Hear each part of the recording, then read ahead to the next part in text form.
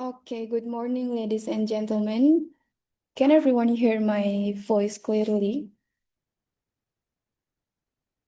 Good morning, Miss Siva Nur Latifah.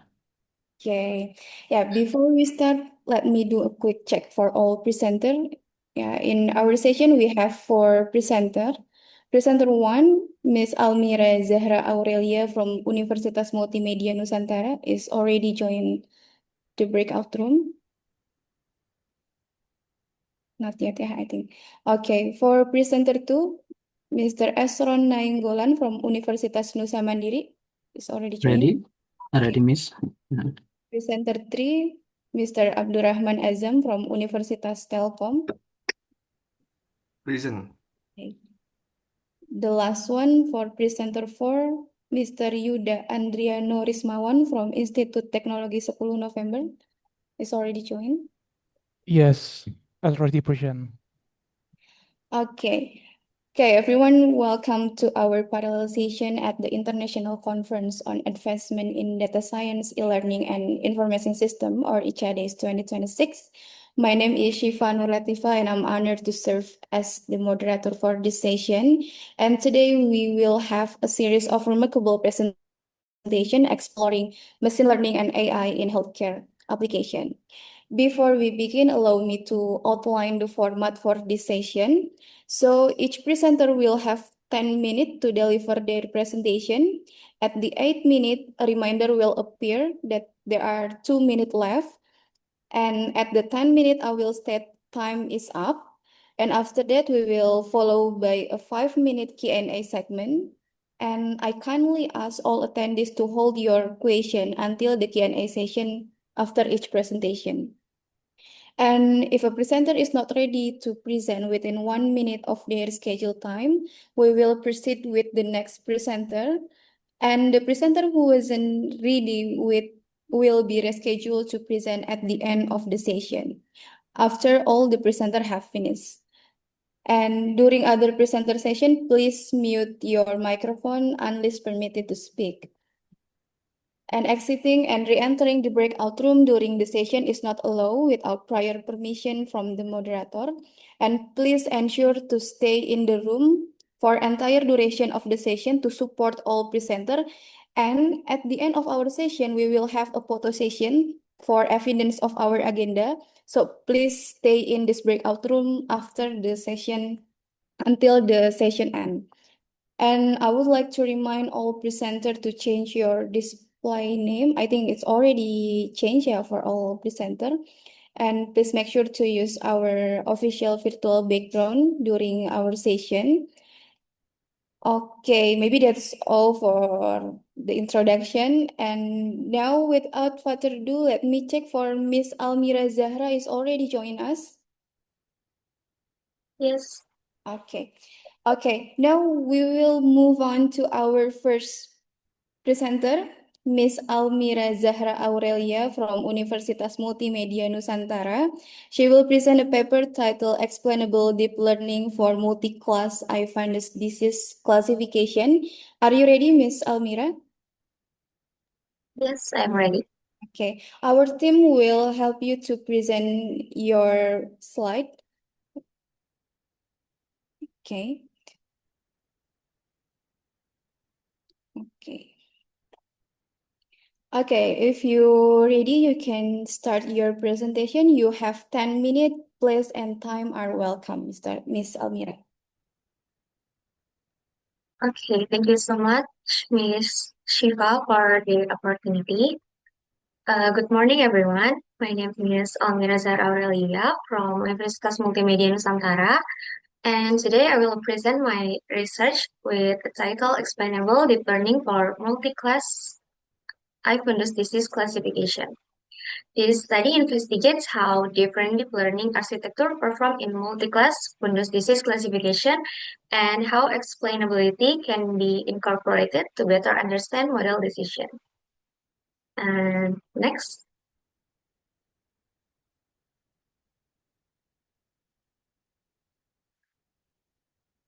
We have in the content list, we have introduction to understand the background, research gap, and objective. And next, we will discuss the method, result discussion, and conclusion. We can start to the introduction. Visual impairment remains a major global health challenge, affecting approximately 2.2 billion people worldwide. And among the leading causes are cataract, diabetic retinopathy, and glaucoma. Although many cases can be prevented or treated through early detection, delayed diagnosis and limited access to specialists continue to be a significant challenge. Recent advances in deep learning have shown promising results in automated fundus image analysis. However, several limitations remain. Many studies focus on a single disease or single architecture. In addition, comparisons between CNN-based and transformer-based models are still limited, and interpretability is often excluded from model evaluation. These limitations motivate the need for a more comprehensive comparison framework. Next. Manual interpretation of fundus image requires clinical expertise and considerable time. In a large-scale screening environment, this dependency may lead to delayed diagnosis and inconsistent outcomes. Therefore, this study aims to compare three different architectures, which are VisionNet B0, ResNet 50, and Vision Transformer for multi-class fundus disease classification. Furthermore, GradCam is integrated to evaluate model interpretability and support more transparent clinical decision-making. Next, I will explain the methodology used in this study. The study utilized 4,217 retinal fundus image categorized into 4 classes, which cataract, diabetic retinopathy, glaucoma, and normal. An additional external dataset is used to evaluate model generalization on unseen data. And to ensure a fair comparison, all models are trained under identical conditions using ImageNet pre-trained weight and the same training configuration. The three evaluated architectures are VisionNet B0, ResNet 50, and Vision Transformer. The methodology framework can be seen on the right image. Next, let's move to the experimental result. On the internal dataset, our models achieve strong classification performance. VisionNet B0 achieved an accuracy of 92.43%, and Vision Transformer achieved 91 and 96%, and ResNet 50 achieved 90.54%. Although the performance differences are relatively small, VisionNet B0 demonstrated more consistent results across position, recall, and F1 score metrics. When evaluated on external datasets, our model experienced a significant decrease in accuracy.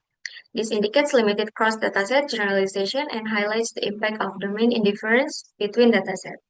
From a computational perspective, VisionNet B0 was also the most efficient model, requiring approximately 4 minutes per epoch.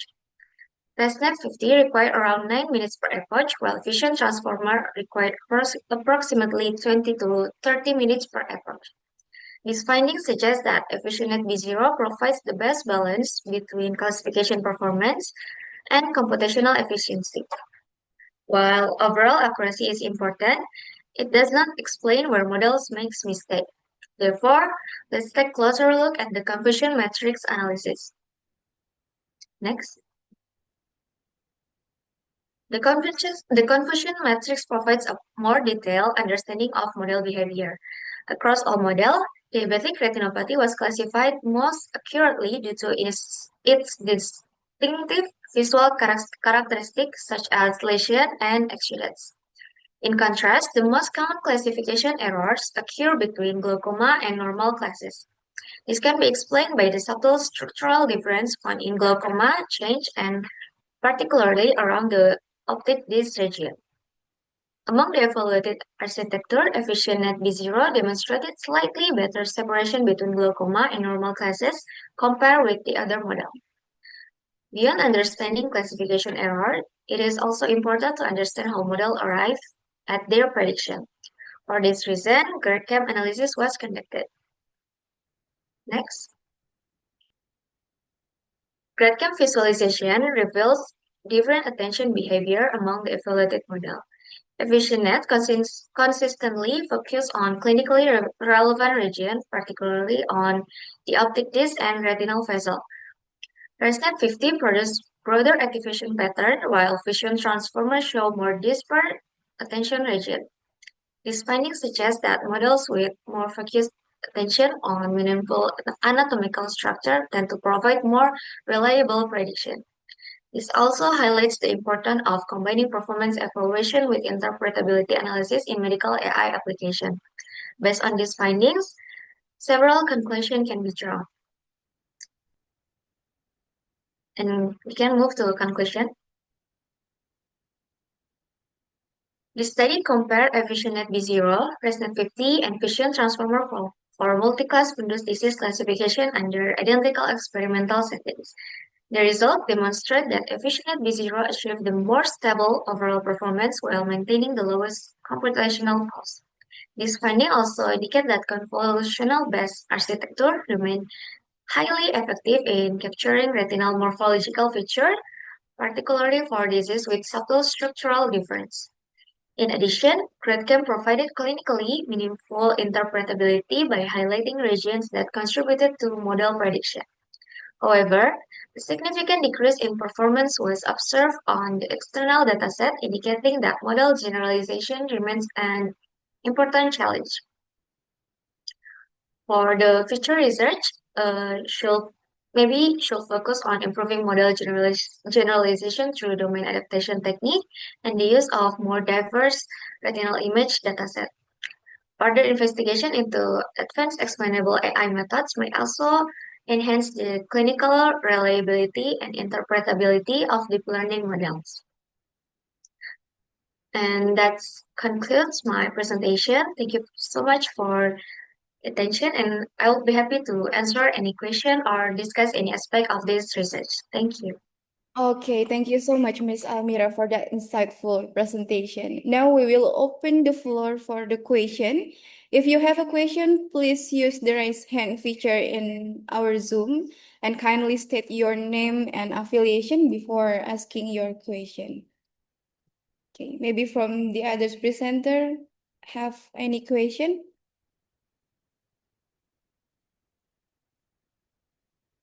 Okay, maybe I will start the question for Ms. Almira. Okay, I have curious one about your research. If we want to deploy this model, your research in real-world healthcare environment, what would be the next step required before it could be adopted as a healthcare decision support tools, especially for the eye fungus disease classification?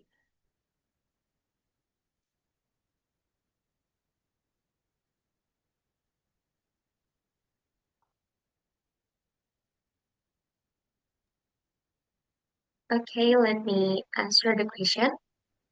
For deployment in real-world clinical environment, the next step would not be immediately implement the model in practice. Instead, the model should first undergo more extensive validation using diverse external dataset collected from different hospital, imaging device, and patient population to ensure the robust generalization. Following this, domain adaptation and model optimization techniques should be explored to reduce performance degradation across dataset. And in addition, collaboration with ophthalmologists is essential to clinically validate the model, prediction, and GradCam explanation. Once sufficient reliability, robustness, and clinical trust have been established, the model can be integrated into a decision support system and evaluated through prospective clinical trials before being considered for routine clinical use. Maybe that will be my answer. Okay, thank you so much once again, Ms. Almira. Yeah, maybe due to time constraint, we must now move on. Once again, thank you so much, Ms. Almira, for the insightful research, and please stay in this our breakout room because we will have photo session after our session is end. And for everyone, if you have additional questions, or maybe you want to have any collaboration with Ms. Almira, please approach her during our break session or after this session end. Okay, let us now proceed to our next presenter. Our next presenter is Mr. Astron Nainggolan from Yes, Universitas Nusa Mandiri. Okay, are you ready for the presentation? Mr. ready, Mrs. Mr. Siva Nur Latifah. Okay, Mr. Esron will present a paper titled Advanced Pre-Processing Framework for Segmentation-Free Cytology Classification on Whole Slide Image. Okay, you have 10 minutes. Place and time are welcome. Okay, thank you, Miss Siva Nur Latifah. Okay, good morning, everyone. Thank you for joining this presentation. My name is Esron Ricardo Nainggolan from Nusa Mandiri University, Indonesia. Today, I am excited to share our research work on an advanced pre-processing framework for segmentation, free cytology classification on whole slide image. Next. This work is part of our broader effort to develop AI power solution for cervical cancer screening and digital pathology. Content list, introduction, the background and challenge in cervical cancer screening method, result discussion, and conclusion next.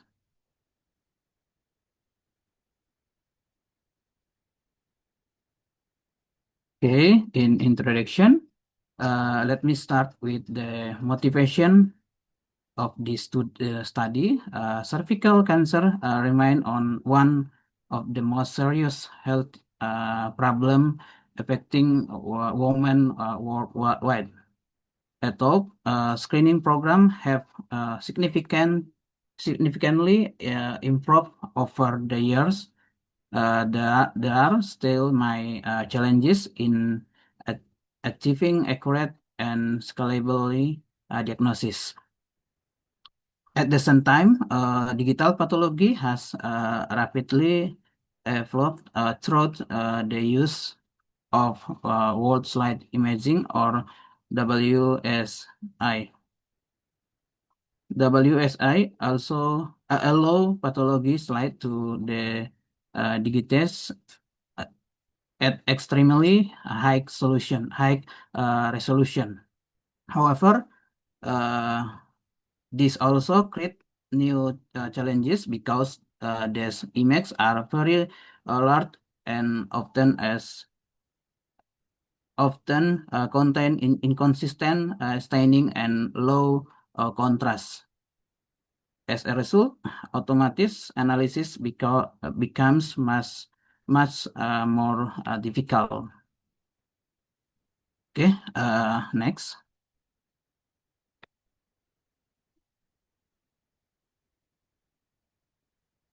Propose a solution.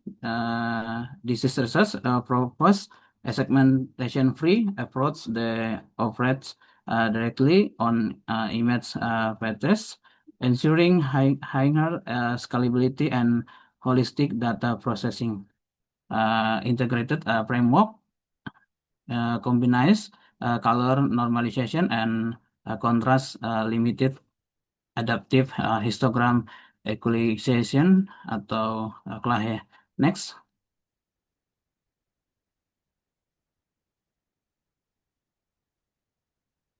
In methodology, the workflow consists of four main stages. First, we acquire image patches from the reformat UNM dataset. Second, we apply min-max normalization to reduce staining variability. Third, CLAHE is applied to enhance local contrast and highlight morphological details. Finally, the process image evaluate using image quality metrics include SSIM and VSNR. Next. In the result, the experiment result. Now let's look at the result. The FIS metric is SSIM, which measure structural similarity between the original and enhancement image. Our framework achieved average ASIM value of 0.7035. This indicate the most structural information was successfully present during enhancement. In medical imaging, preserving morphology is extremely important because diagnosis decision depend heavily on this structure. Next.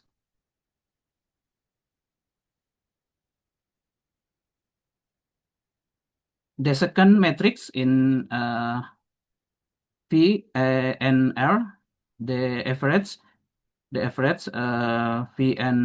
VSNR value was 20.30 decibel. This result demonstrate that enhancement process improve image visibility while maintaining acceptable image fidelity. In other words, we are improving image quality without introducing excessive distortion. Next.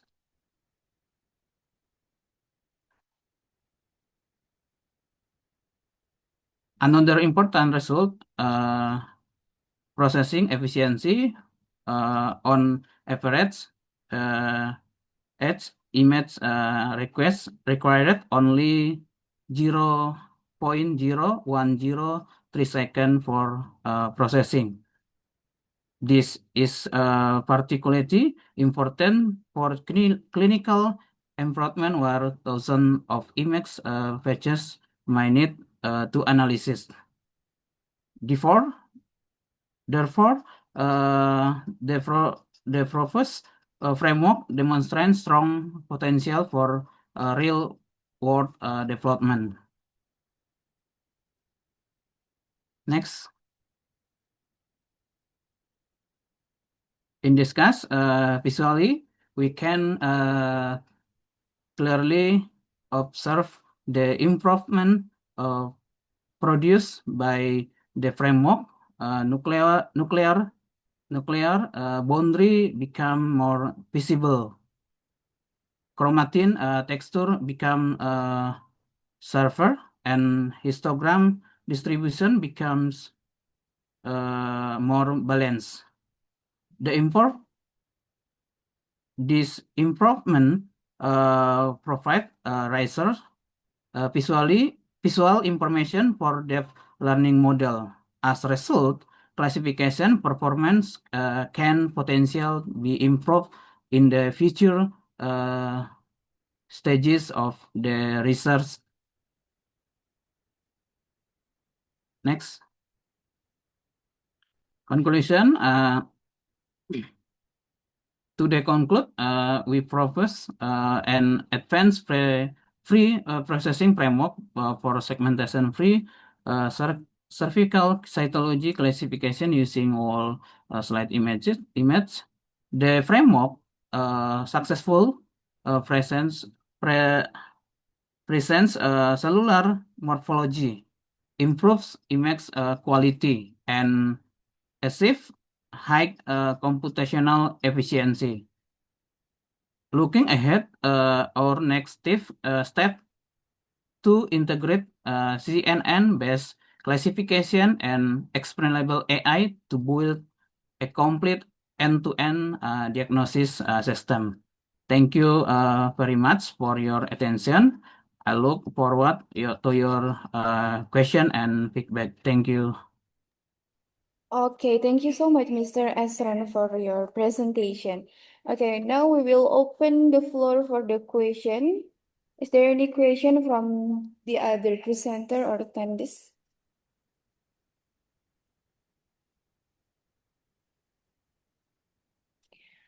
Okay, maybe I will start the question for Mr. Esran. Okay. Okay, Mr. Yes. Esran, since you are use a specific framework in your Okay. research, may I know why you choose a color normalization and Clahe framework instead the other framework for your research? Oke, normalisasi Clahe ya. Yes.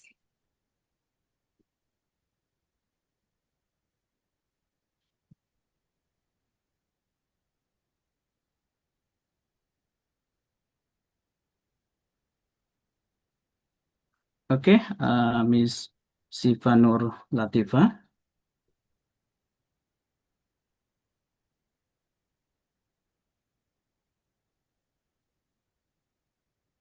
Oke. We chose color normalization on Clahe because Peshmir on cervical cytology WSI image often suffer from color illumination and contrast variation caused by staining difference, scanner setting, or slight preparation condition.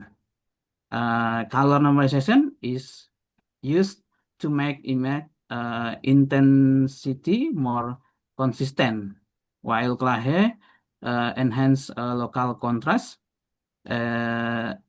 Nuclear regions, chromatin texture, and cell boundaries. Clahe was selected because its computationality efficient, does not require model training, and is suitable for large scale WSI preprocessing. Therefore, the main purpose is not to after the cellular structure, but to make important visual feature cleaner and more suitable for downstream deep learning based classification. Itu, Okay. ya. Yeah.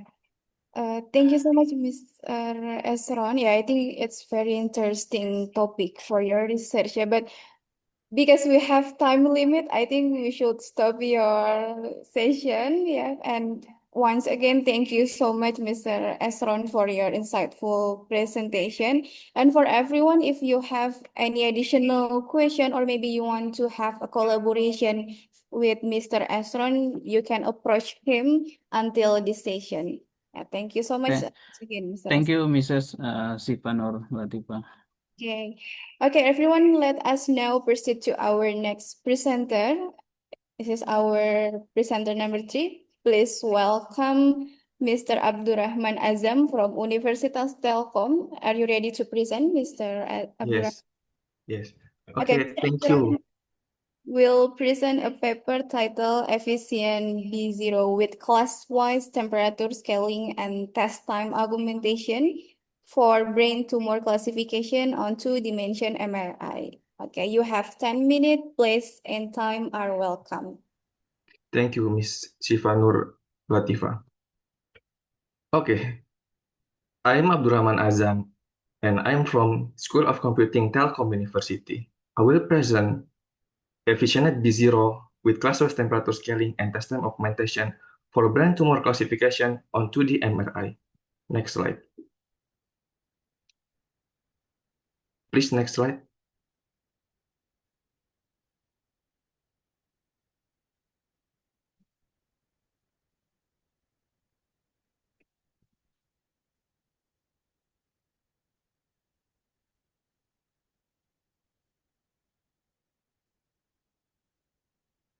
Please, next slide. to slide 4.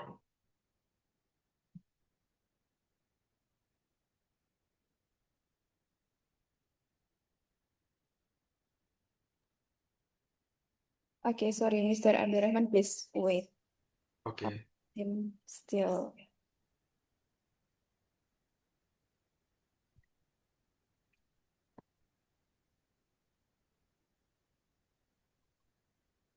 Okay.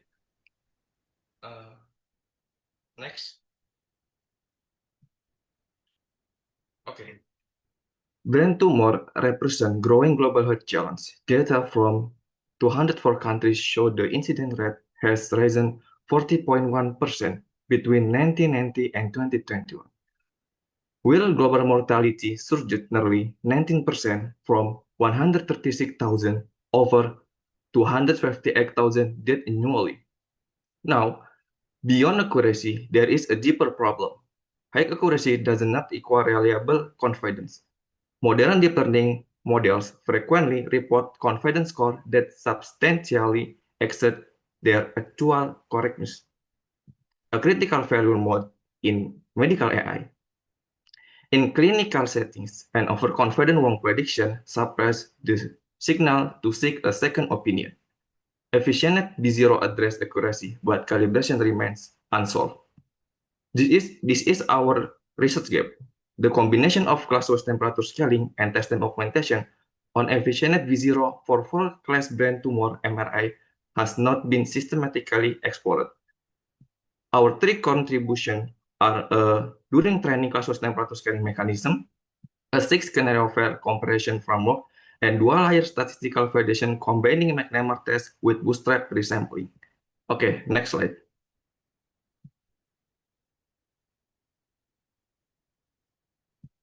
Here is our dataset. 3,264 T1 weighted MRI image across 4 classes: glioma, meningioma, no tumor, and pituitary. Okay, next slide. Next. Okay. Our system has 3 components. The efficient B0 backbone produce 1,280 dimensional features, phased dropout to 4 class logics. The class-wise temperature scaling calibration module, a 6 separate TI per class optimized jointly with the backbone during training, not post-hoc.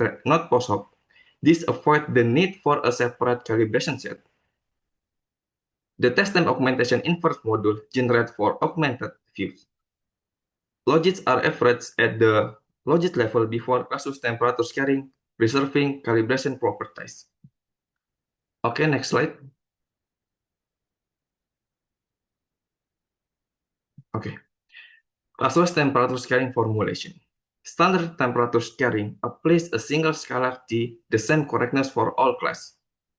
Our class-wise temperature scaling assigns a separate TI per class, enabling target calibration where miscalibration differs between class. Notably, the learned temperatures are converged near 1.0 between 0.979 and 0.984, indicating mild miscalibration. Yet even this small per class differentiation produce statistically significant improvement. The 4 test time augmentation original, positive 10-degree rotation, and horizontal wave. Next.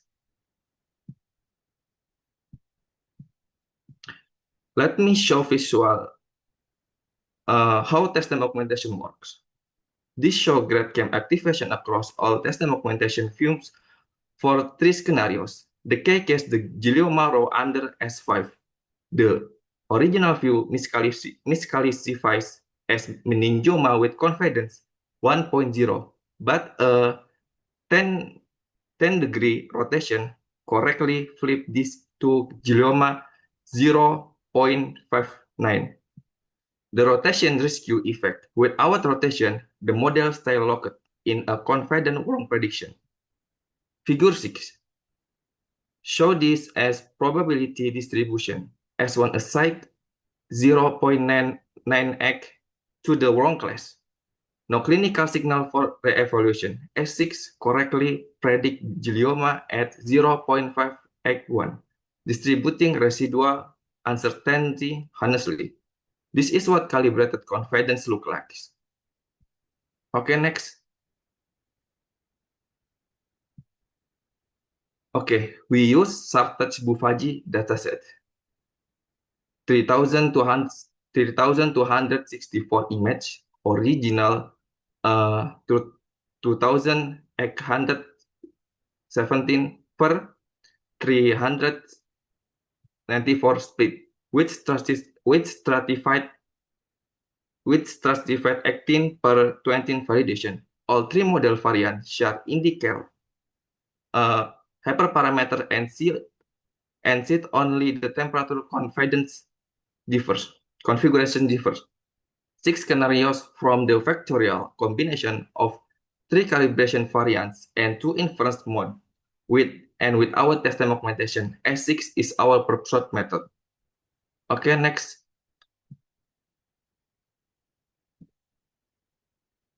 Okay, S6 achieved the best accuracy at 97.19% versus 76.65% for the baseline. More importantly, ECA, expected calibration error, reduced 23.8%, and LLL reduced 35.3%, a substantially better calibrated full probability distribution. One key observation, S4, baseline with test time augmentation is worse than S1 without test time augmentation. This confirms that test time augmentation alone is insufficient. It must be paired with proper calibration. Okay, next slide. ECA trends clearly downward. S6 at 0.1604 is best. And LL chart reveals our most unexpected finding. Scalar TS worsened NLL versus the uncalibrated baseline. Despite reducing ECA, a single global T cannot address class heterogeneous miscalibration. When some classes need more correction than a shared temperature, either overcorrect one or undercorrect. Classless temperature scaling resolve this. Separate temperatures per class reduce both ECA and LLL simultaneously. Bootstrap with 1000 resampling confirm this. Okay, next slide. McNamara test show two significant pairs, S1 versus S6. And the important point, McNamara test decision, bootstrap test distribution, both converge on the same conclusion. The improvements are genuine. Okay, next. Three class perform well. The limitation is glioma. Recall 0.23 in the baseline, 0.33 in S6, 43.5% relative gain, but 2/3 of glioma cases are still misclassified as meningioma. As we saw it in the dataset slide, their MRI approaches is visually similar. Our results reflect that clinical reality. Precision of 1.0 for glioma in both scenarios tell us the model is conservative, not noisy. It is correct. It's predict glioma, but rarely doesn't. The qualitative case makes this concept S1 at 0.99x on the wrong class, no signal to reevaluate. S6 at 0.5x1 on the correct class, honestly distributing uncertainty. That is the clinical value. That is the clinical value of calibration. Okay, next. Mr. Abdul, you still have 1 minute additional time for your presentation. Okay, this is the conclusion and future work. The conclusion is S6 is the best performance, and Scalar TS degrades NLL despite improved ECA per class calibration. Test time augmentation and cluster temperature scaling are complementary. Test time augmentation reduces prediction variance. Cluster temperature scaling correct class level confidence bias. Okay, the future direction. 3D volumetric input plus multi-sequence fusion to surpass the 2D accuracy and extend during training cluster temperature scaling to vision transformers. Okay, thank you very much. Okay, thank you so much, Mr. Abdurrahman, for the insightful presentation. And we will open the floor for the question. Is there any question from the other presenter or attendees?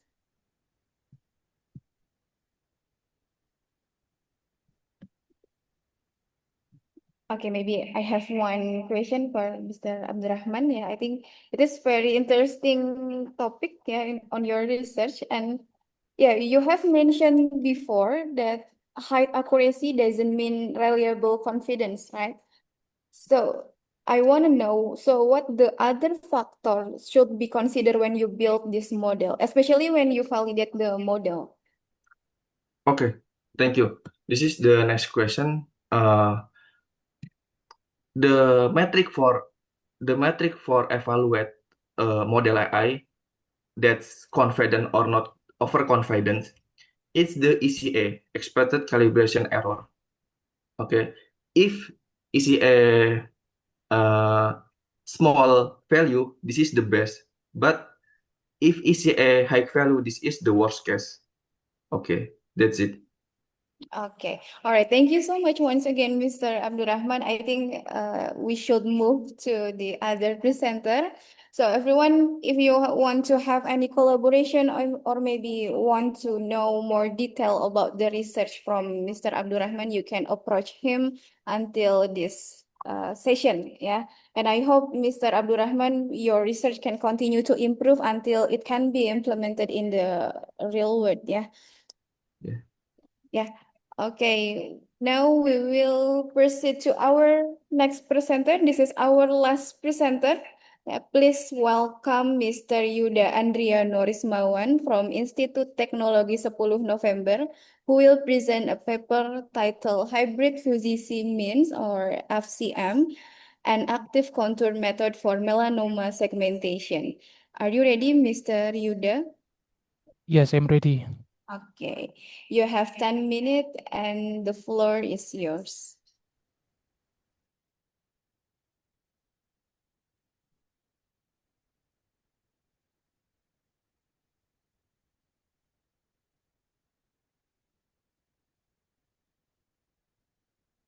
Good morning, everyone. It is an honor to be here at HRD's 2026. My name is Yudandriano Rismawan, and I will present our research paper entitled Hybrid Fujicemin and Active Control Method for Melanoma Segmentation. Next. To give you an overview of the presentation, we will begin with the motivation and the research gap, followed by our methodology, specifically our dataset, and the pre-processing pipeline. Then we will discuss our experimental setup, the result, and finally our conclusion and future direction. Next. Let's start with the urgency. Melanoma is the most lethal form of skin cancer. Will it account for less than 5% of all skin cancer cases? It is responsible for a vast majority of skin cancer deaths. The difference between the survival and fatality comes down into one thing: early detection. We are talking about a 94% of 5-year survival rate if detected early, which drop below 30% after metastasis. This is why our work is so crucial. Clinically, we use the ABCD rule for screening. However, this method relies heavily on subjective assessment and clinical expertise. This is where computer-aided diagnosis or CAD system come into play to provide an objective, consistent support for dermatology. Next.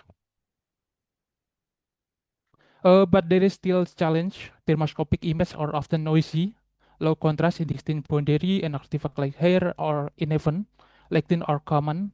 Existing methods such as like Otsu thresholding or basic active contour often struggle with these issues. Our goal is to bridge this gap by creating a more robust framework. Next.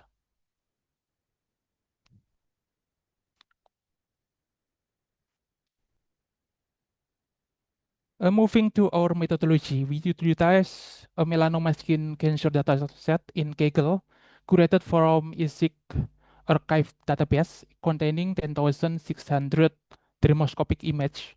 The dataset is balanced with 5,500 benign and 5,105 malignant cases. A unique constraint here is that there are no pixel level ground truth marks available, which directed us toward a supervised evaluation approach.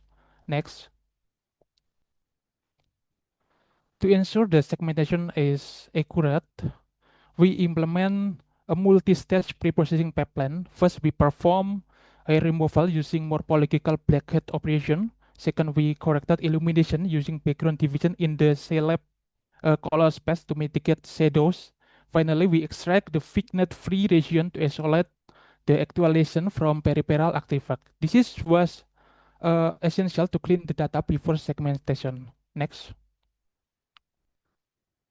This clean data then fed into our hybrid model by integrating Fujisemin with active contour. We leverage the global clustering capability of FCM to initialize the active contour, resulting in model that is both stable and precise. For the detail, you can see on the screen. Next.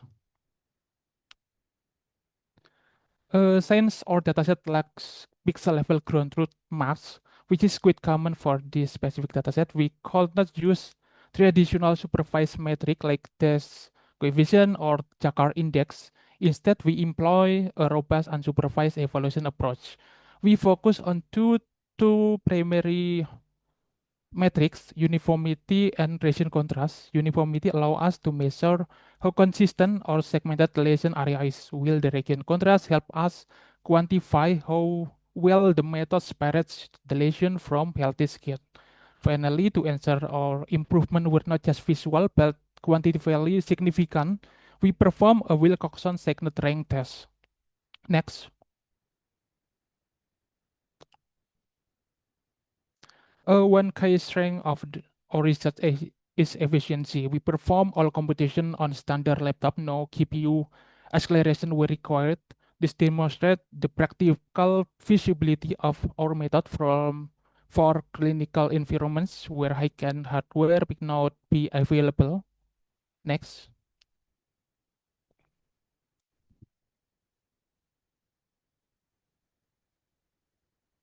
Let's look at this result. As you can see on the screen, in figure 2 shows the result of proposed method in handling the problem of hair artifacts, Fuji relation, and low contrast. And table 2 show a visualization of sample images comparing the results of Otsu segmentation with the proposed method. Using the same setup, it can be seen visually the proposed method obtains a better segmentation result than Otsu. Next. Quantitatively, the Wilcoxon segment rank test confirmed the statistical significant improvement over the baseline. With the p-value less than alpha, we aren't just seeing a better image, we have statistical data to prove it. This result indicate the proposed method provide more homogeneous lesion region while maintaining better separation from shading skin. Next. There are several limitations on this research because dataset lack ground truth marks. We rely heavily on unsupervised metric like uniformity and contrast rather than the Dice coefficient or Jakar index, which commonly used. Additionally, our parameter selection is currently manual, so this is open the door for future improvement in parameter optimization. Next. And in conclusion, on framework integrate FCM and active contour to overcome Fuji boundary and artifact providing superior segmentation results comparing to baseline methods. It is robust, efficient, and holds great promise for practical clinical application. Next. Thank you very much for your attention. For further inquiry, feel free to reach out to our corresponding author Prof. Nur Iriawan. Thank you. This is the end of my presentation. All right, thank you so much, Mr. Yuda, for your presentation. And I open the floor for the Q&A session. Maybe, okay, from Miss Almira, you can open your mic and ask your question.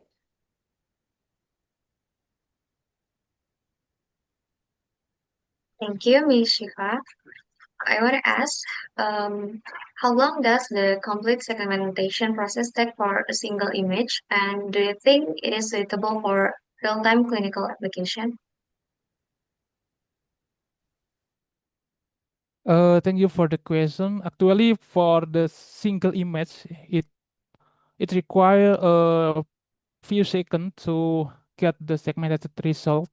So it's fast and efficient, but it is not more fast than Otsu thresholding, but it is more accurate and precise. That's my answer. Okay, thank you for your answer. Okay, once again, thank you so much, Mr. Yuda, for the presentation and the answer. Okay, so everyone, yeah, it concludes our parallelization. And yeah, for everyone, if you have any other question with each other, or maybe you want to have collaboration after this event, yeah, you can approach one and others, yeah, because I think it's very interesting presentation, and of course the topic itself is very interesting, yeah. Okay, ladies and gentlemen, this conclude our parallelization, and on behalf of Each Days 2026, I would like to thank you for all presenters for your exceptional contribution and insight, especially for today. And I would also like to extend my gratitude to all participants for your engagement in this session. And we hope this session has been both informative and inspiring for all attendees. And before we close our session, let us take a photo together. Maybe all of attendees can open the camera, and our teams, Mr. Arka, will help us to capture our breakout room. Yeah. Okay, yeah, I think everyone is ready. Okay, I will count down. 1, 2, 3. Okay, maybe once again. 1, 2, 3. Okay, thank you so much everyone for your contribution. And if you want to join the other next parallel session, you can join another break room after break session. The next parallel session will begin at 12:30 p.m. Yeah, so you can watch and also have a Q&A session in the next parallel session. Yeah, I think that's all our last session. Thank you once again, everyone, and have a wonderful day. Thank you, Mrs. Siva, Nur Latifah. Thank you, Mrs. Shifa. Thank you, everyone. Thank you. Thank you, everyone.